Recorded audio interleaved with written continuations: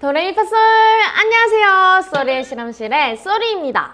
오늘의 주인공은 라듐. 마리 퀴리 그리고 그녀의 남편이었던 피에르 퀴리가 함께 발견한 원소입니다.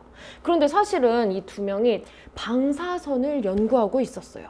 이 두 분 이전에 헨리 베크렐이라는 과학자분이 우라늄을 발견했습니다. 우라늄이 피치 블렌드라는 광석에 포함이 돼 있어요. 퀴리 부부가 이 광석을 가지고 막 연구를 하다 보니까 원래 우라늄에서 나와야 되는 방사선보다 훨씬 더 센 애들이 나오는 거예요. 그래서 이거 이 광석에 뭔가 있는데 하고 정제하고 미친 듯이 정제를 합니다.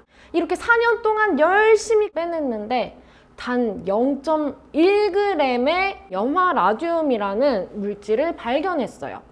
굉장히 엄청난 발견이었습니다.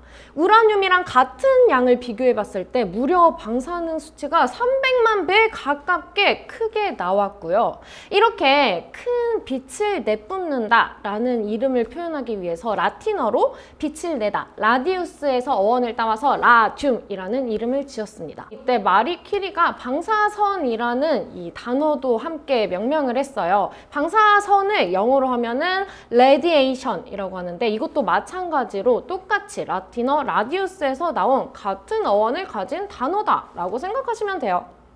이런 라듐은 굉장히 큰 특징을 가지고 있습니다. 어떤 거냐? 우리 어렸을 때 막 천장에 야광 스티커 많이 붙였잖아요. 그것처럼 불을 끄면은 자기 혼자서 발광을 할 수 있는 능력이 있습니다. 굉장히 밝아요. 그리고 두 번째는 아까도 말씀드렸듯이 강력한 방사선을 뿜어낸다는 거죠. 퀴리 부부가 라듐이라는 원소를 더 많은 사람들이 연구했으면 해서 일부러 특허를 안 냈어요. 그러다 보니까 연구가 굉장히 많이 진행이 됐고 이 라듐에서 나온 방사선을 암 환자에게 쐈더니 암세포가 죽었다 라는 연구 결과가 나온 거예요. 뭔가 보이지 않는 에너지가 막 나오는데 이게 암까지 고쳐? 해서 이거는 기적의 치료제다, 만병통치약이다, 이런 인식이 자리 잡히게 됩니다. 그래서 그 당시에 사람들이 어떤 것들을 만들었냐, 지금 생각해보면 정말 말도 안 되는 일들인데 건강식품, 라듐이 들어간 건강식품을 만들었고요. 우리가 얼굴에 바르는 화장품, 초콜릿, 라듐 치약도 나왔고요. 이 밖에도 굉장히 많은 건강 관련된 제품들이 세상에 막 쏟아져 나왔어요. 이 제품들은 하나같이 피로 회복에 도움이 된다, 그리고 노화 방지 효과가 있다, 이런 식으로 광고를 했는데요. 라듐이 당시에 암도 치료할 수 있는 기적의 물질이었잖아요. 1g에 무려 12만 달러였습니다. 이거를 지금 현재의 가치로 환산을 하잖아요. 약 25억에 해당해요. 1g에 25억. 이런 것들을 정말로 초콜릿, 건강식품, 화장품 이런 데 넣을 수 있었을까요? 그래서 안 넣었는데 그냥 라듐 하면 사람들이 많이 사주니까 뻥으로 과대 광고를 하고 이런 제품을 내놓은 경우가 많았다고 해요. 우리는 사실 라듐이 지금 우리 몸에 얼마나 해로운지 알잖아요. 그러니까 오히려 다행인 상황이었던 거죠. 이 라듐에서 나오는 방사선이 뭐냐면요, 이 불안정한 원자가 내뿜는 에너지예요.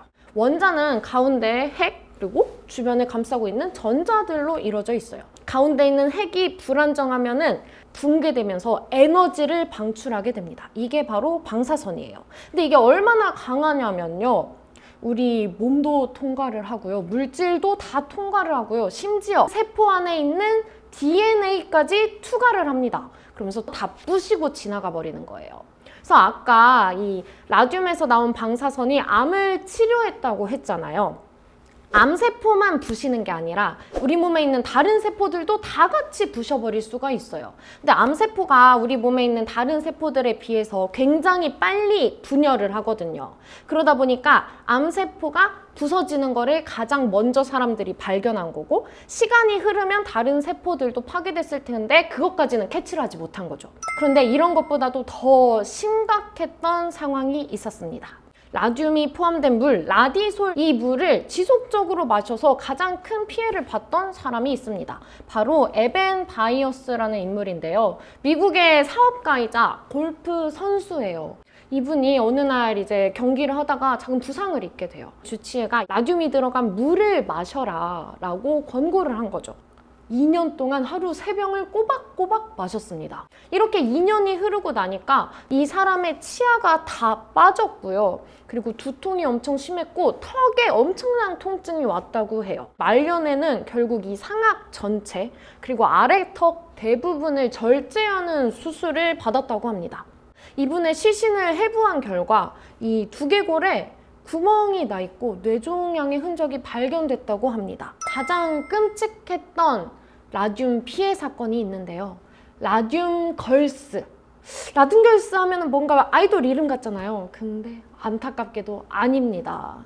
이분들은 1920년대 미국에서 라듐이 들어간 야광, 페인트로 작업을 했던 여성들을 일컫는 말입니다. 시계 바늘에 야광 페인트를 칠하는 여성들이었는데요.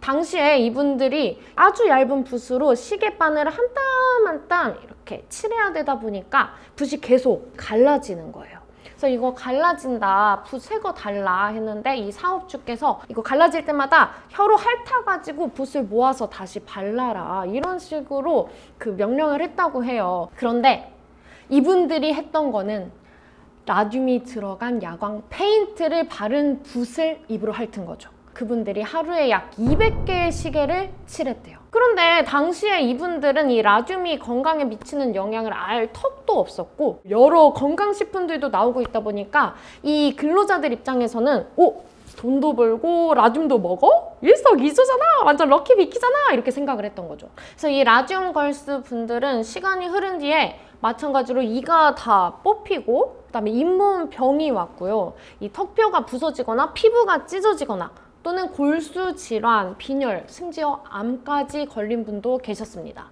이런 증상이 나오니까 이 라듐 걸스 분들이 소송을 했어요. 이거 산업재해다. 법정 소송을 했는데 회사에서는 처음에 인정을 하지 않았어요. 이게 라듐 때문인지도 모르겠고 이거를 발견해서 계속해서 연구하고 있는 마리 퀴리도 멀쩡하지 않느냐. 그런데 사실은 마리 퀴리도 멀쩡한 상태가 아니었습니다. 이거는 조금 이따가 더 말씀드릴게요. 이런 법정 소송의 과정 중에서 사망자도 나오고 뭐 백혈병에 걸려서 돌아가시는 분도 계시고 투병하는 분들도 계시고 그래서 점점점 피해자가 커지니까 결국에는 이 법정에서 피해자들의 손을 들어줬습니다. 인정을 하고 합의금을 받게 된 거죠. 하지만 이미 돌아가신 분들 혹은 너무 몸의 상태가 악화돼서 더 이상 돌아갈 수가 없는 분들의 입장에서는 이게 이겼다고 이긴 걸까요? 결국은 큰 피해만 남긴 사건이었던 거죠. 그래도 이런 분들의 피해와 함께 많은 사람들의 라듐의 실체를 밝히려는 연구가 있었기에 이런 직업병 문제들 그리고 노동 운동들이 함께 일어나게 됐고요. 이 모든 게 어우러져서 우리가 지금 미국의 식품의약청으로 알고 있는 FDA가 출범하는 그 발판이 마련이 되게 됩니다. 아까도 말씀드렸듯이 마리 퀴리 또한 이 라듐에 의한 피해를 벗어날 수가 없었습니다. 당시에는 이런 안전 장비들이 좀 미흡한 상황이었으니까 뭐 방사능을 차폐할 수 있는 막도 없었고 그대로 실험하면서 온전히 방사능을 몸으로 받아들였을 거예요. 그래서 방사능이 계속 축적돼서 결국에 재생불량성 빈혈에 걸려서 사망하게 됩니다. 백혈구, 적혈구, 혈소판 이런 애들이 감소하게 되는 거예요. 그럼 혈액의 기능을 못하겠죠.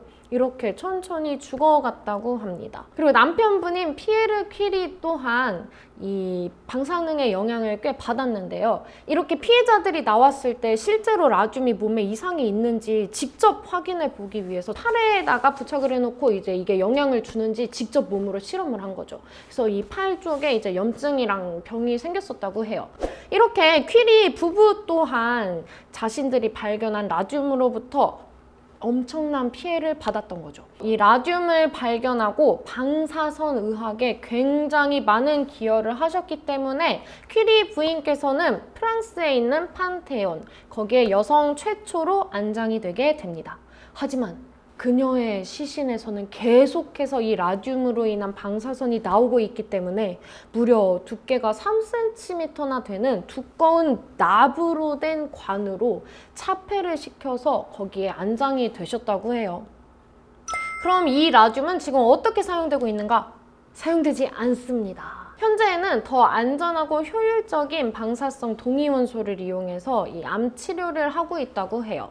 그러면 아까 야광 페인트로 사용했던 건 어떻게 됐을까요? 더 이상 야광 페인트로도 사용하지 않고요. 페인트는 대신에 요즘은 삼중수소를 많이 사용한다고 해요. 오늘은 라듐에 대해서 알아봤는데요. 여러분 재밌게 들으셨으면 좋겠고요. 혹시 또 알아보고 싶은 궁금한 원소가 있다, 자유롭게 의견 남겨주시면 감사하겠습니다. 그럼 오늘은 여기까지. 안녕!